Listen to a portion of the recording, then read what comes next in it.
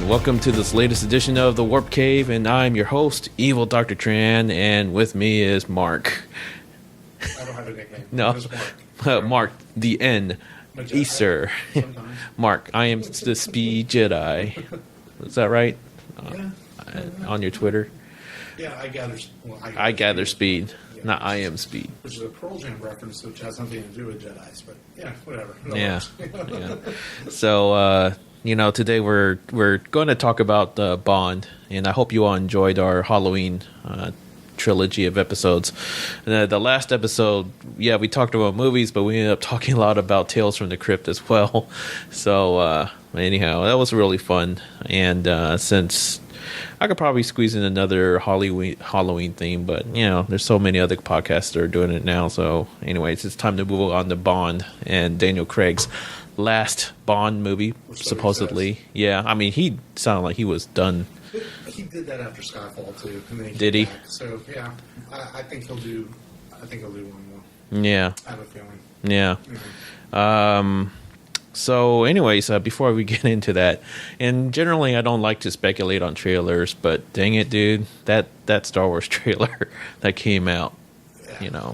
and I'm ready. I just want to see it now. yeah, and it's definitely puts a lot of focus on Rey Mhm. and even Kylo Ren. Yeah. So, there's some fun theories out there. You guys have probably read about it. I'm not going to go down that road, mainly because probably Rebel Radio is probably going to cover that. Yeah, we're going to do some extensive coverage on the Star Wars Force Awakens, and we're doing a duo thing with you, kind of Road to the Force Awakens, where you're going to do some Star Wars shows. We're going to do some, and they're all going to kind of tie together to the big December 18th release. Of Yeah. The, movie. And 6 weeks exactly. Actually, I failed the Star Wars community. I haven't even bought my tickets yet.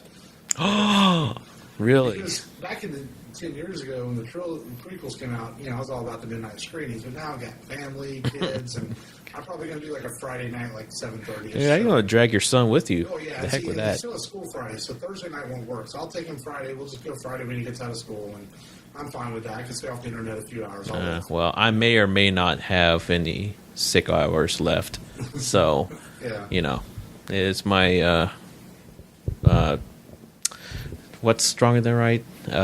Rights. It is my entitlement Right. to you. No, Yeah. I'm And then- entitled to those sick hours.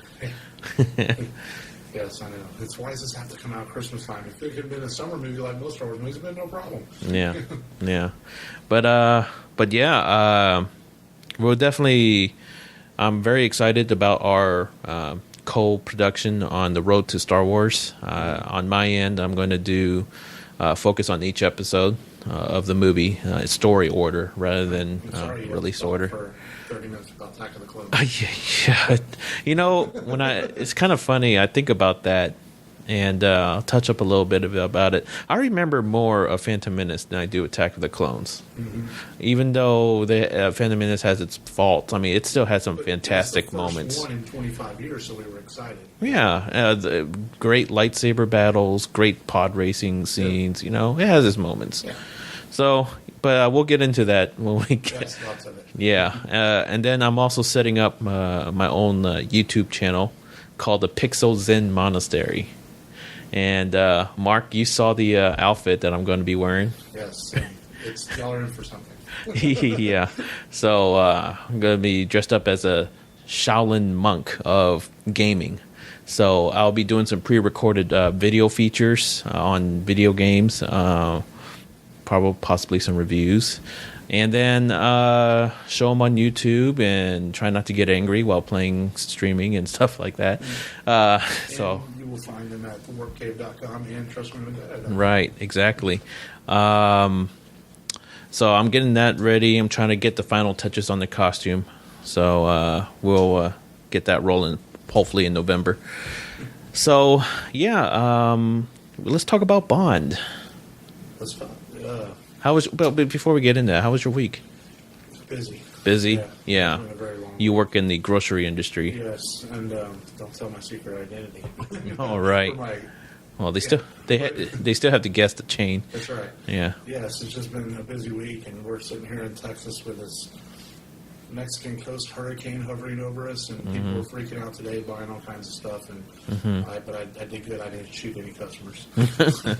Yeah, that's always a good thing. We don't want you to appear on the national news. So, but yeah, let's get into Bond then. Yeah. We're going to talk about our top 7 Bond movies. Since it's 007, I say top 7 instead of top 10 or top 5. Yeah. So let me grab my notes real quick here. Good old Google Docs. I love you so much. What's your fondest memories of Bond?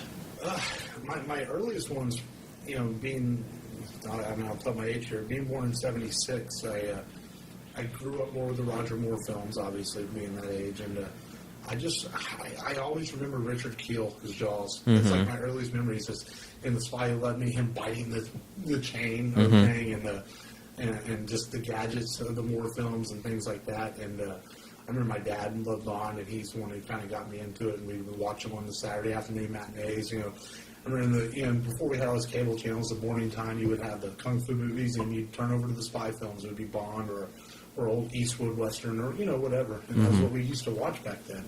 And Bond is probably, other than talking about Star Wars and science fiction, Bond is probably the other big reason I'm such a cinema fan. I still love spy movies to this day and things like that. And, big fan of the Bourne films, things like that. It's just a genre that, and it kind of crosses over into science fiction in some ways. Because these guys like James Bond become over the top, larger than life people.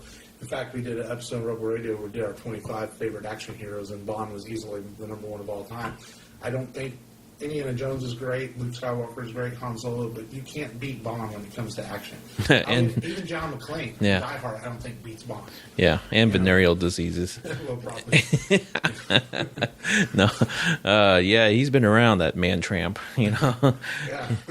But for me, I definitely love it was the action and the gadgets for me when I was a kid.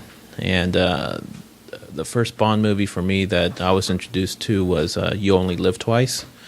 And that was a Sean Connery one. And, I'll get into that. I'll let you know where that falls on my list. So before we get into our lists, do you have any honorable mentions?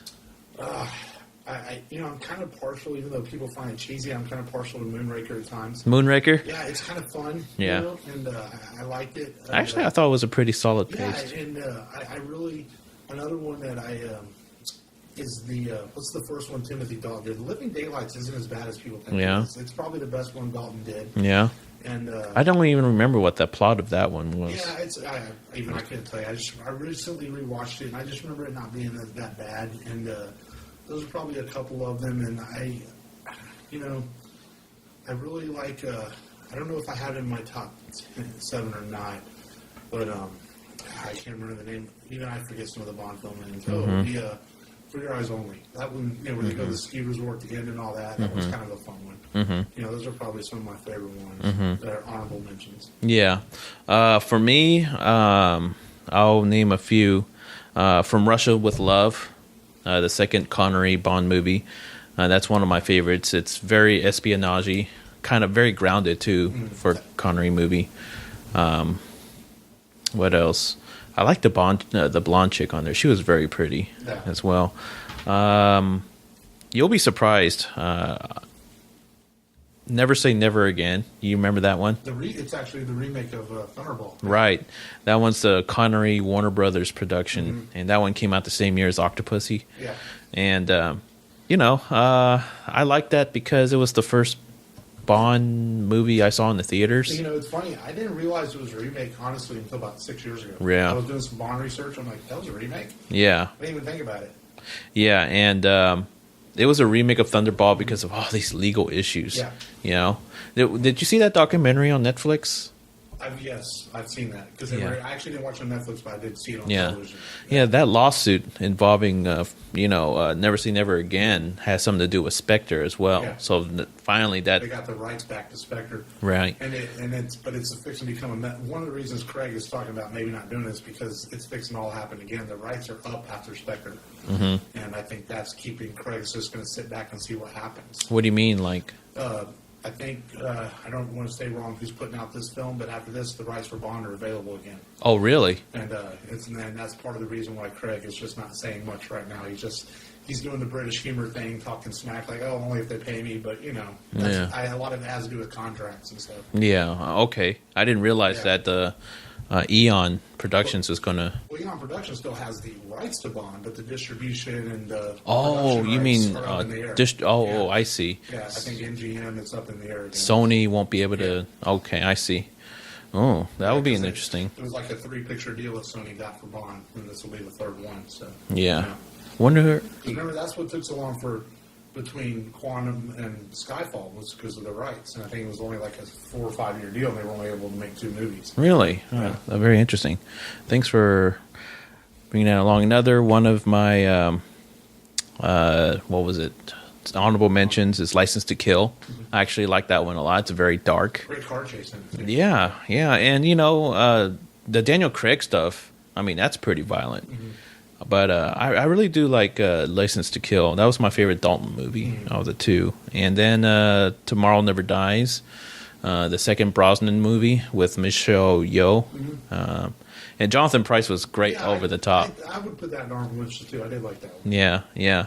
And then you'll be surprised. This one, Casino Royale, is actually in my honorable mentions. You know? 2 honorable mentions are in my top 7. Well, we'll get to it. So, what's your number 7?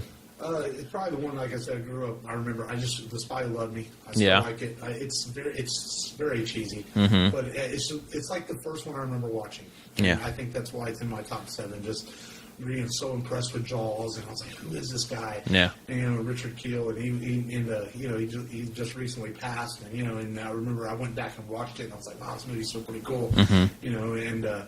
It's ridiculous, and Bond can never fight a huge guy like that. No. Somehow he does. It's over the top. He outsmarted him, for sure. It's Roger Moore at some of his cheesiest, finest in that movie. Yeah. At that point, you could tell he was kind of almost done with Bond. And He only ended up doing a couple more after that. Yeah. He was getting pretty. He was saying he was getting creeped out for, having these young girls as Bond girls while he's getting up there in age too. So. That was the thing that he liked about in Octopussy was that his co-star was in their mid-40s, so he felt more comfortable with that leading lady and stuff. My number 7 was Thunderball. I liked it because I don't know, it's just that moment of that jetpack. The jetpack, yes. Yeah. And then the underwater fight sequence between the two scuba diver armies and. The villain, Largo, I believe. Mm-hmm. He wore the eye patch. He was a really good villain. Yeah. And I just liked it for the setting, and and the redhead.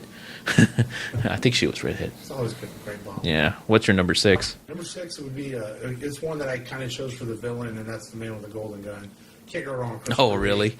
I mean, it's Christopher Lee makes the film. He's a great villain, and to see him and Connery face off, it's just, it's the iconic movie actors that may never have again. Yeah, and that's really why I like it. Is because I like Christopher Lee in it. Yeah, for me, I liked it, but the whole third nipple thing was very distracting.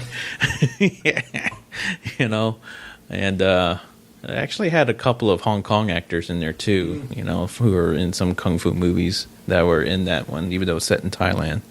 That little, was it Tattoo, the dwarf actor? Oh, yeah. Yeah, he was in there. Yeah, he was kind of annoying.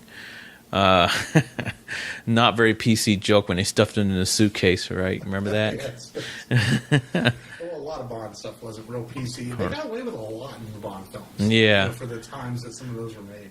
Yeah. It was a funny scene where this kid was trying to hawk some kind of product or gift novelty to him while he was on the boat.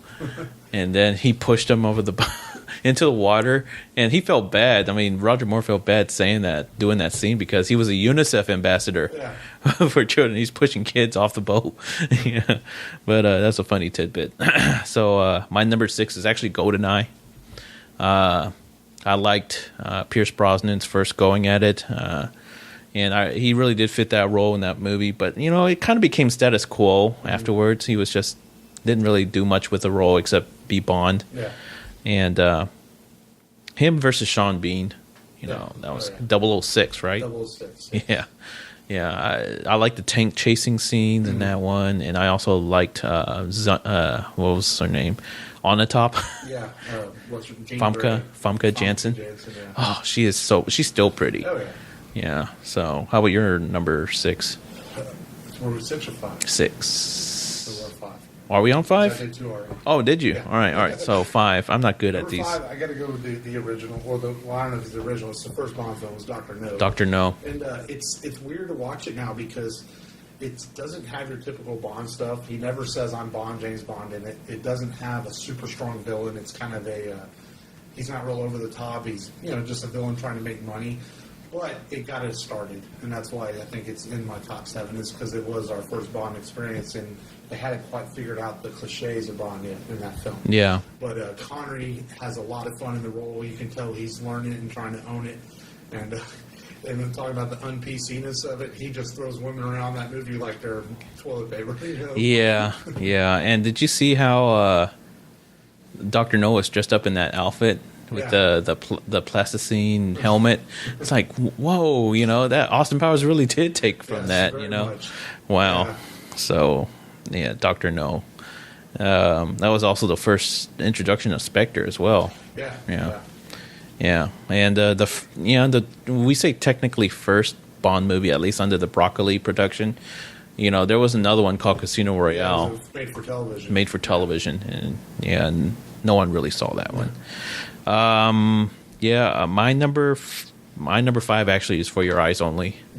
Going from Spy Who Loved Me, that was over the top, and then making it even more over the top was Moonraker. Mm-hmm. I liked how they brought things back down to earth with For Your Eyes Only. I liked how Bond could be ruthless in that. Very. And it was it was the first 80s Bond film, but yet it still felt like it was set in the 70s, I remember. Yeah.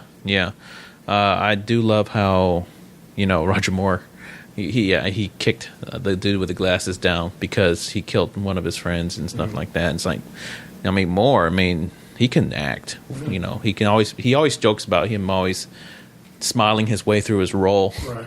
Self-deprecating humor. But that's what I like about him. He's humble, and at the same time charming and funny. Yeah. So that's my number 4. I'm sorry, number 5. So what's your number 4?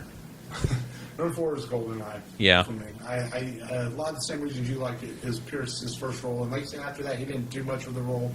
But to me, it also brought Bond kind of into the 90s at that time. Because the Timothy Dalton film still kind of felt like the older Bond, and when we got GoldenEye, we got a more modern action film for James Bond with the tank scenes and stuff like that. And it still holds up really well, for a Bond. And it wasn't too cheesy. The Pierce Brosnan films after that, like Die Another Day, was just ridiculous. Oh gosh, the Invisible Car. Lamborghini's falling from 30,000 feet and not exploding when they hit the ground. It's just, the kite surfing. Yeah. Pierce Brosnan was even laughing about that scene as well. But can you imagine him in Casino Royale? Maybe the poker scene. Yeah.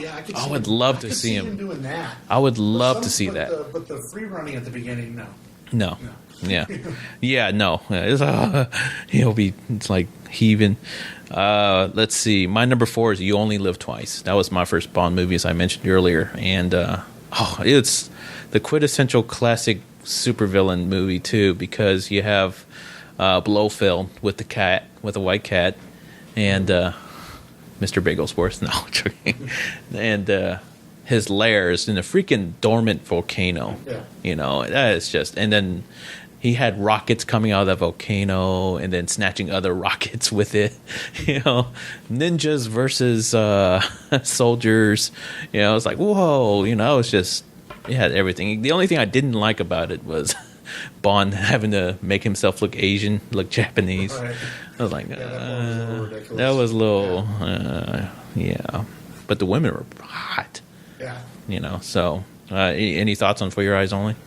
It's funny because I was having a real hard time picking that. I kind of had a tie at number 3 here coming up. Oh. I kind of cheated a little bit. Yeah. I couldn't choose between that. Well, we can go Rush into with that. Love. Yeah. And I like I said, the volcano lair and the villain, the introduction of how you say Blowfield and stuff. But I also like From Russia with Love because it's the opposite of Dr. No. We finally got the Bond cliches. It was more of your standard, super villain, and Bond had to save the world. And From Russia with Love is just a great spy movie. It was. You didn't even have to call it James Bond. You could call it any character. It was just a really good espionage film. Yeah. There were moments where they were on a stakeout. There were moments with what was the guy's name? Red. Yeah, I think it's Red. I have to look it up. Yeah, I was about to say Red Duke, but that's the doctor. Yeah, Dr. Red Duke. Yeah. But that train scene was great. One's still one of my favorites. Yeah, the Bond film. And the boat chase scene. Yeah, that was great too. Spielberg has openly said that Last Crusade's boat scene he was inspired by From Russia with Love because Spielberg wanted to make a Bond film, as people know, and George was like, "Oh, I got this. It's Indiana Jones." Everyone knows that story. I wonder if it's still on this bucket list. It could be. I know Christopher Nolan wants to make one. Yeah. I'd love to see Nolan do a Bond film. Oh yeah, yeah, that would be awesome considering the pedigree that he's. Right. The body of work that he's left, but I would love to see Spielberg fulfill that wish. I mean, people would flock to the theaters just because the director, is doing it. Yeah. So my number 3 is Octopussy. It's cheesy, but for some reason I like it. I love one of my favorite opening scenes was him in the mini jet. It's very short but very sweet and simple, and it ends with a plane stunt too. I love the ending with the stuntmen fighting on the plane. That stuff is not CGI. It's just something about that. It's just, and the music score too. I really liked it too. Yeah. It was just for me. I liked Octopussy because of the intrigue and. It was kind of the first film where though they really did start getting really cheesy. Yeah. Yeah. It was already I guess at that point they had kind of already, but Octopussy kind of took it over. Yeah. No, but it had some great moments, like the train scene too, where he was dressed up. He was dressed up as one of the knife wielding twins. And it's just. I think an underappreciated movie, just because I think the name kind of ruined it. Yeah, they had trouble marketing that film. They even said that back in the day. They almost changed the name, and I think Ian Fleming was still alive. And no, he was dead by then. Yeah, he was dead at that point. Maybe his estate didn't want the name changed. I remember reading something about the studio thought about changing the name. They were like, no, we can't do that. Yeah. One thing I really liked as well is what was it? It was on the tip of my tongue, but it was kind of like a cross between Spy Who Loved Me and For Your Eyes Only, and that was the second to last Roger Moore movie. Yeah. So, I can go on and on, but we got to move on. So, what's your number 2? Number 2 already. I've been kind of partial to Craig. I really like Casino Royale. I thought it was really refreshing to see them reboot Bond like that. It was a ruthless Bond like we hadn't seen since, as you mentioned, For Your Eyes Only. Whenever Ruthless and troubled. Yes, it was kind of disturbed Bond dealing with learning to kill and learning to adjust to his new life And you saw it from the beginning of the film where he blew up the bomb in the embassy. He didn't, he was going to do whatever it took to get the bad guy. And how intense can you make a poker scene? I know. In that movie, you're like on the edge of your seat the first time you saw it. And Mads Mikkelsen was great as the villain. He had the one with the bloody eye. Yeah. Right. Yeah. Ugh. And I like it because they've rebooted Bond in this way. And if Craig does move on, I hope they don't throw the continuity they've created out the window, starting with these new films. And I hope they just bring in a new actor and they continue where they've left off with these, because it's kind of nice to have, kind of an ongoing, continuing background in these stories, and just great action sequences in the film too. Mm-hmm. And it brought Bond into the modern age finally. Because sometimes you did feel like the Pierce Brosnan films, they fit in with the 90s, but you still felt like Bond was a little behind. Mm-hmm. And Casino Royale, in the age of superhero films, they kind of had to get Bond up to up to speed, so to speak. It was dark and gritty. Dark and gritty. I mean, Yeah. loses, he fell in love, which is rare for Bond, and he loses Vespa at the end. So a lot of new elements added into the films. Before, Bond always was sleeping around, and this time they actually gave him something to care about and focus on. Yeah. Two standout scenes for me were, of course, the chase, the on foot parkour scene, and then the airport terminal scene.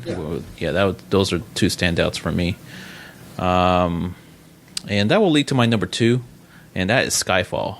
For me, I loved it because of the villain played by Javier Bardem.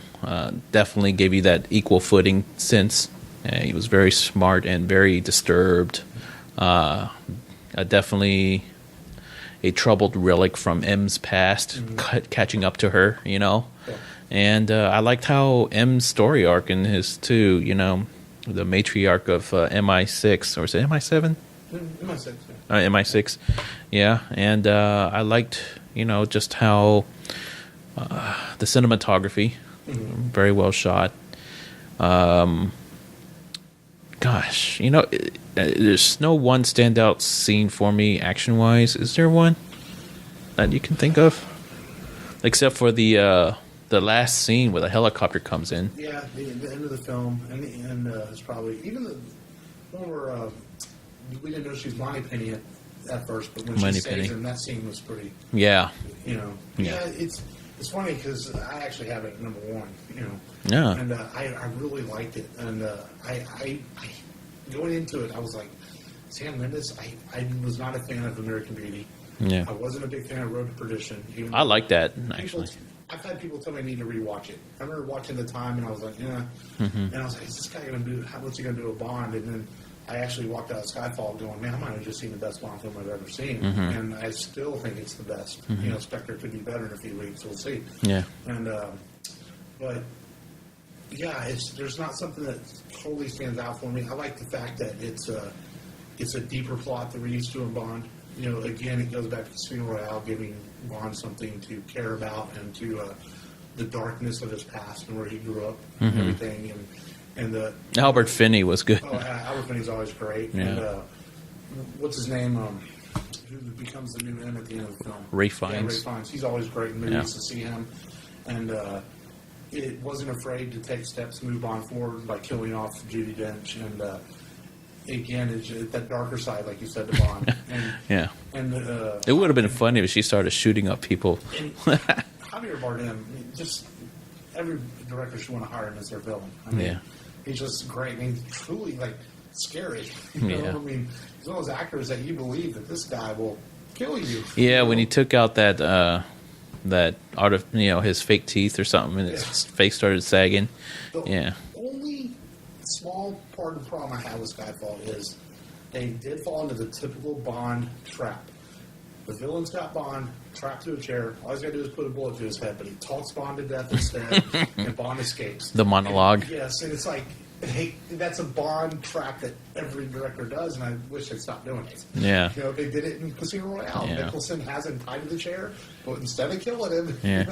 What was your number 2? Since I kind of skipped your number 2. Oh, no, that's Casino Royale. Was it? Yeah. Oh, okay, good. I thought we skipped it. Yeah. What's your number 1? Skyfall. Yeah. Skyfall. Yeah, I think it's the best Bond film I've seen, and Love the cinematography.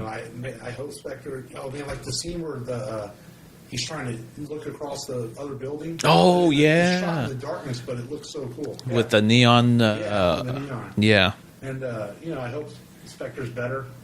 From the early reviews I've read so far, I don't think it is. They say it's still very good, but we'll see. Well, Skyfall left a high mark. Yeah, that's a very high mark. As long as it's better than Quantum of Solace, I'll be happy.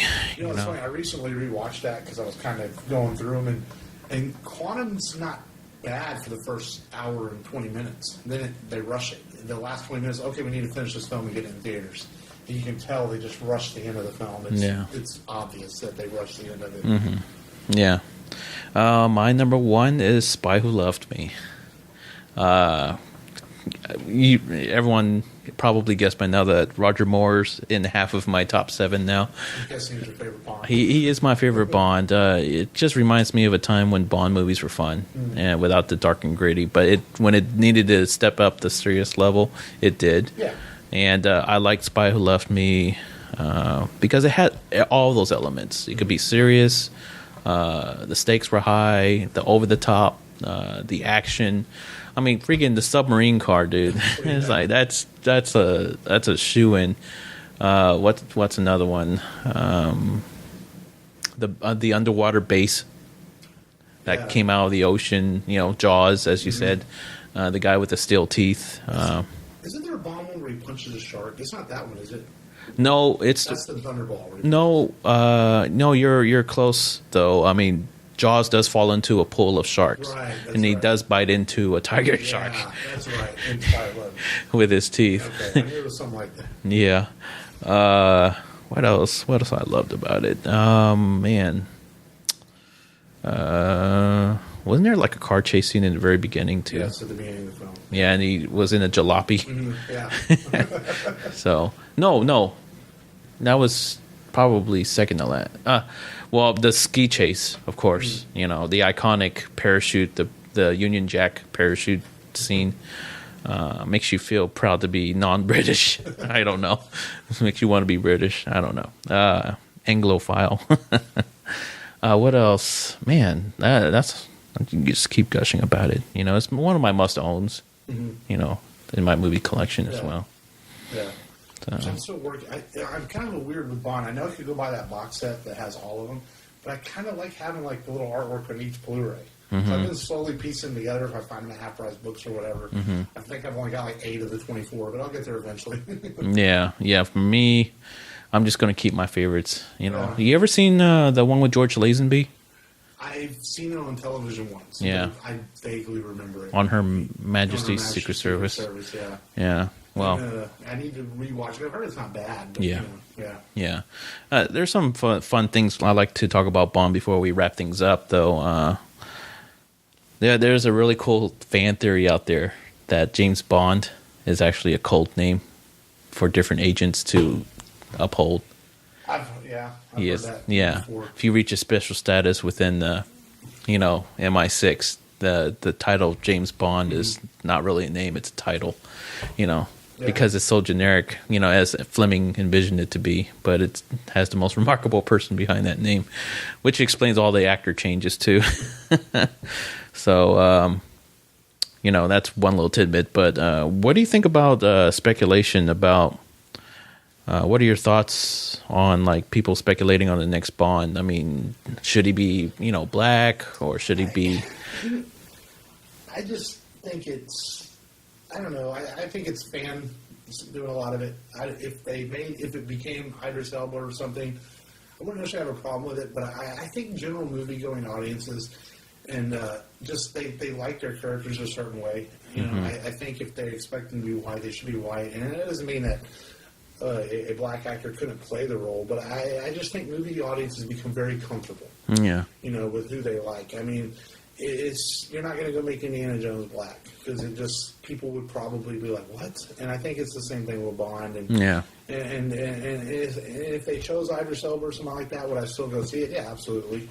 But I just think it would be a huge risk. And just because With the estate as well. right, and it has nothing to do with and people want to make it racing. It has nothing to do with that. I don't care. I just think general movie going people very comfortable. They like what they like, and if you change it too much, it's going to ruin things.